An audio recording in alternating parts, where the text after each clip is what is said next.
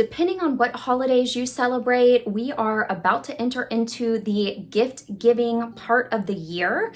So why not get ahead of things and start to think about or whip up some very quick and easy 1 to 2 hour projects. Today, I'm going to be breaking down 5 different projects that truly only take an hour, maybe 2 hours to put together, and are absolutely perfect and thoughtful gifts to give the person in your life who maybe it's a struggle to shop for them, or maybe you're just like me and you always prefer to try to hand make most of the gifts that you give to others. Sewists and creatives, I'm Rachel Ann, and welcome to Dine in Creativity, where I am here to share my sewing journey, the highs, the lows, and everything in between, aka really the trials and tribulations and the wins of my sewing journey. So today I am going to be breaking down 5 different very quick sewing projects that you can really put together quickly and are perfect custom gifts for the people who you love in your life. First and foremost, we're going to talk about scrunchies. This has been my newest favorite thing to create, and it is the perfect gift for the scrunchie wearer in your life. I actually whipped this one up, I'm not kidding, in maybe 20 minutes. It could have been 15 minutes before I recorded this video because I wanted to have more than one to show you. The great thing about a scrunchie is that this is a gift where if you have leftover fabric, remnants, or pieces and you don't know what to do with them, a scrunchie is just such a great way to put them together. It's such a great, cute little hair accessory just to put together for someone who loves to throw their hair up. I personally love the chunky scrunchies that are made of silky material. I think it just gives a little bit of a dressy look. This particular scrunchie is one where if I already have my hair back in a bun, this is one where you just put it directly around the bun and it gives that nice little 1990s kind of look. You can customize your scrunchie really to any width that you want it to be. Just remember, if you don't want this big blousy scrunchie, when you're cutting out your long piece of fabric, you're gonna just make it maybe 3 inches wide instead of what I did, which was like 5 inches wide. And you can really make it the traditional narrower scrunchie. I could see this in velour fabric, even maybe some linen just to kind of mix it up, but really you can do so much. And these are perfect for really, like I already said, anybody who wears scrunchies in their life, even if they just wear them to wash their face at the end of the night. How cute. What a perfect little gift. You could make them all one color. You could do coordinating colors. And then the packaging for this, you know, you could string a ribbon through them and tie it really pretty so that they untie the ribbon and there's their sets of scrunchies. But there you have it, gift 1. Making the scrunchie, 15 to 20 minute project. You could probably whip up 3 to 5 in an hour and keep it moving. Now, I know that clothing can be a little bit tricky in terms of making clothing for other people. It involves measurements and things of that nature, depending on what the garment actually looks like. But I recently worked with McCall's 8602 pattern, which was a traditional chunky kind of oversized sweater. And I'm gonna tell you what, this is the perfect gift for the person in your life who is all about all things cozy. Because this particular sweater, and honestly, this is mine that I made for me, but I am gonna whip this up probably for my mom when she comes in town, so I'm not gonna share this particular video with her because I don't want her to know that I wanna make her one. But it's just a great, again, oversized sweater that can fit a multitude of sizes. I actually sewed up the size 12, and this particular sweater pattern goes from size 8 to 24. So there's a lot of sizing variations that you could do. If you're unsure, you can always size up and it still creates that really comfy oversized sweater, whether you just want to wear it around the house or actually create someone a really wearable garment that they can wear out of the house. The piece I love about this particular pattern is that it isn't easy to sew, and I would not disagree one single bit. This took maybe an hour and 15 minutes-ish. I didn't quite keep track of the exact time, but it was a short afternoon project. To me, this is such a crowd pleaser. Who doesn't love an oversized sweater? You could even use fleece material, almost make it like a robe-like kind of sweater. So many cute things to do with that pattern. Now, this next gift does require an embroidery machine, but there are also other things that you could do. I found these great little towels on Amazon and picked them up immediately. I think it was $11 for a set of 3. With that being said, you could actually sew your own towels. I was just in a time crunch. I didn't have time to go to the fabric store and look for towel fabric, but so I purchased these from Amazon and found these great patterns on embroiderydesigns.com. They came out like a dream. There are so many fun things that you could do. Look how cute this is. It says sleigh. I added the sleigh, but there are so many fun patterns that you could do in terms of embroidering different designs onto your kitchen towels. You could add somebody's last name depending on, like with this candy cane, you could have put, you know, Williams Christmas or something of that nature, just to really customize it for someone. But how cute are custom embroidered kitchen towels? Now, this one did not take an hour. It took over an hour, and I'll share that this little RV right here was just under 23,000 stitches with my embroidery machine. I am so thrilled with how it came out. I got to choose all the different colors, and it just really gives that little retro Christmas vibe. I went ahead and chose the word sleigh, you know, just a little take on the traditional sleigh, but this is perfect for the RV enthusiast, or really just the Christmas enthusiast, holiday season enthusiast. But I could definitely see even embroidering standard bath towels, so many different things you could do just to really create some great gifts for someone.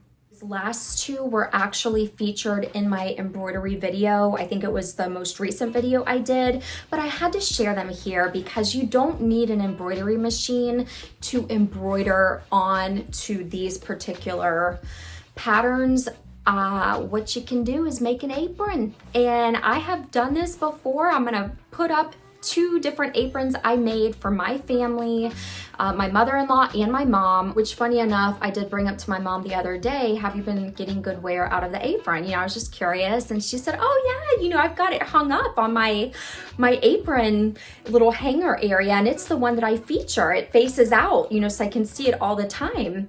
And I said, well, Mom, you know, I made that. And she said, you did? I thought you had bought it for me. So it just goes to show you can make an apron look professional, look well done. It is such an easy, fun piece to whip up and put together. It can take an hour depending on how uncomplicated you want the apron to be. If you decide to add a skirt around it or something of that nature, or ruffles, of course that's going to add on time, but your standard apron is so easy to sew up. It really just requires a straight stitch all the way around. Now again, if you have, this is totally optional, but I'm just throwing it in there to let you know, if you have an embroidery machine, then you can even more easily customize it, you know, throw on a Kiss the Cook, or one of my personal favorites, Get Out of My Kitchen,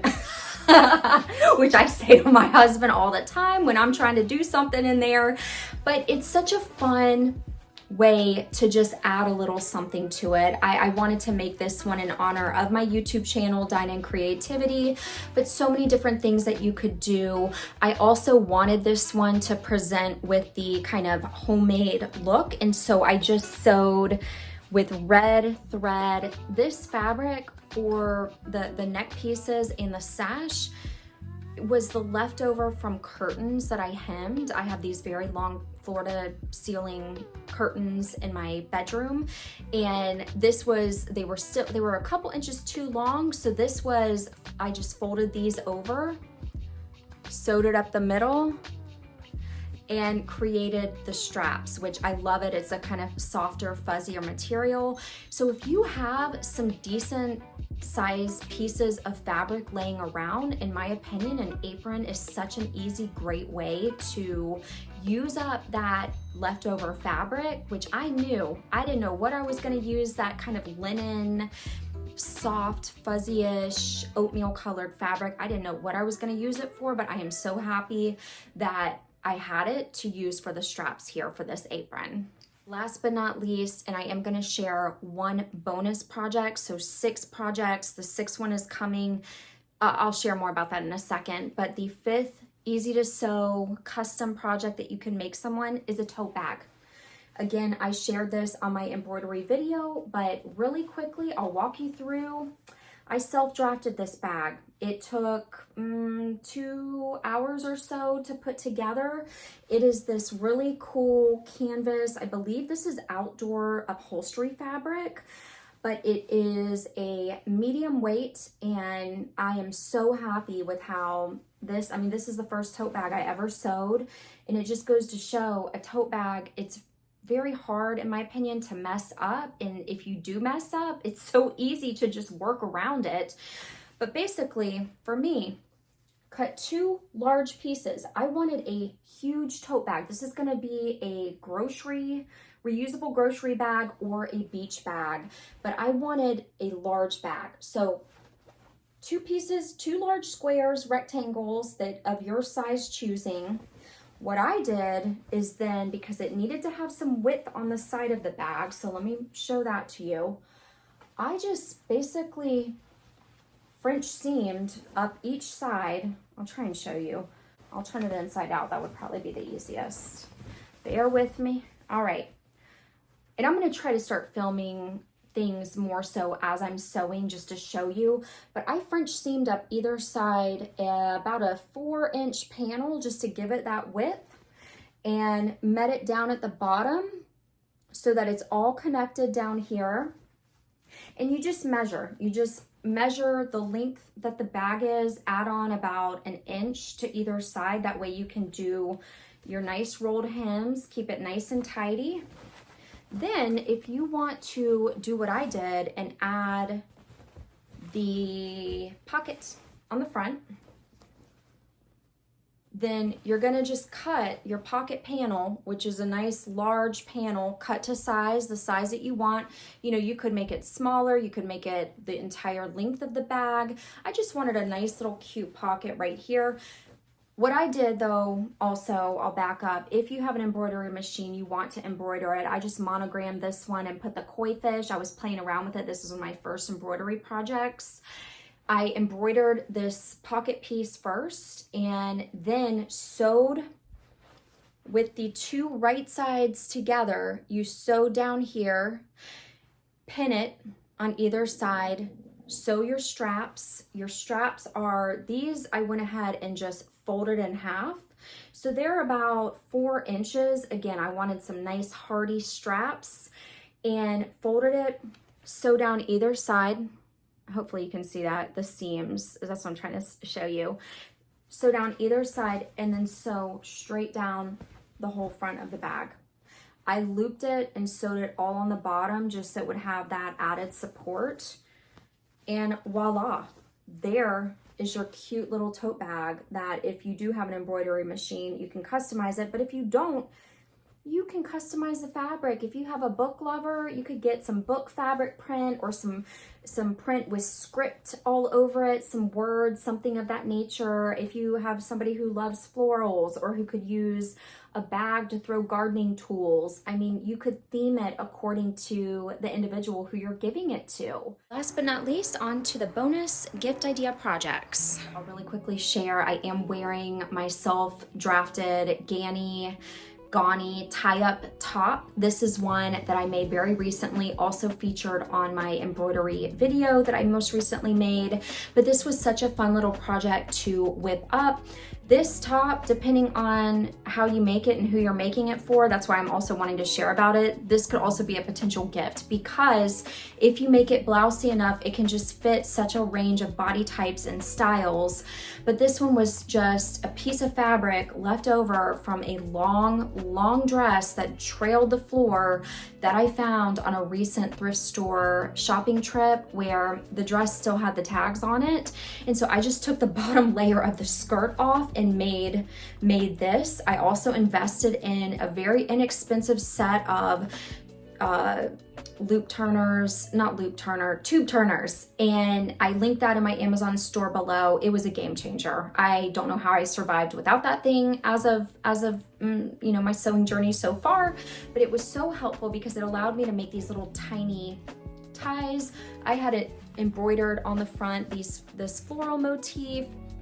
I talk more about that in the embroidery video, so I don't want to get too far into that, but just wanted to share that this was the final product. I'm super happy with it, and this is kind of another sideways bonus gift to think about, is making somebody a tie-up top. And depending on the fabric, you could size up a couple sizes if you're not sure, and it's still gonna be super cute because it's meant to have that flowy, kind of fun, effervescent effect. Last but not least, this is a bonus gift. This is me just playing around right now. I'm just having fun. I'm in my total creative flow while making this. But this is actually going to be a makeup bag. This was my sample piece for my embroidery machine. I really wanted to see what this would look like on the front of a dress. And so I embroidered a piece of fabric that was large enough, and I did this purposely, so that if it worked out great, which it did, the Poulin embroidery machine, this is an episode of being tongue-tied, I'll tell you what. The Poulin embroidery machine did not disappoint. It really this was a set it and forget it, I'm not gonna lie. It just did its thing. I actually was vacuuming my sewing room as it was embroidering this. I just had to switch out the thread colors. But this is my little makeup bag so far. I went ahead and fully lined it. Now, this is why I'm kind of just going rogue with this, and once I get the pattern down, I'll share it with you. I used boning because I want it to have a little bit of structure, so I actually did French seams for the makeup bag itself, and then with the French seam opening, I slipped some boning inside of it, and it's the type of boning that you can sew over. And so now I'm going through and just sewing right along the inside of it just to keep that boning nice and taut, sticking out. But this is my little makeup bag thus far. I am going to, one thing I didn't quite think of is the top portion and how it was going to close. Ideally, I wanted to do a zipper, but that's kind of out of the question now. So I think it's just gonna be some snaps that I sew to the inside lining and don't allow it to peek out, or I may sew a little top on that you can then close it. But so many fun things. But a makeup bag, definitely, how cute. A little travel bag for the travel enthusiast in your life. But I hope that this gives some inspiration as well as some ideas on different quick and easy gifts that you're able to whip up for the person or people in your life, or maybe you just want to sew them up for yourself. Either way, but these are just quickie little fun projects to put together, and it just goes to show, I mean, there's so many fun things that you can do with sewing and having that skill to be able to create customizable gifts to give to people or to make for yourself. Any other ideas that you've had or gifts that have been a big hit that you have sewed up and given away to other people? Same with embroidery projects. Anything that comes to mind for you that really stood out and the person in your life loved it, feel free to share. I'm sure that with this season coming up, not only would I appreciate it, but other people watching might also appreciate those inspirational ideas. So as always, thank you so much for watching. I hope you're taking great care of yourself, and happy creating, and be well.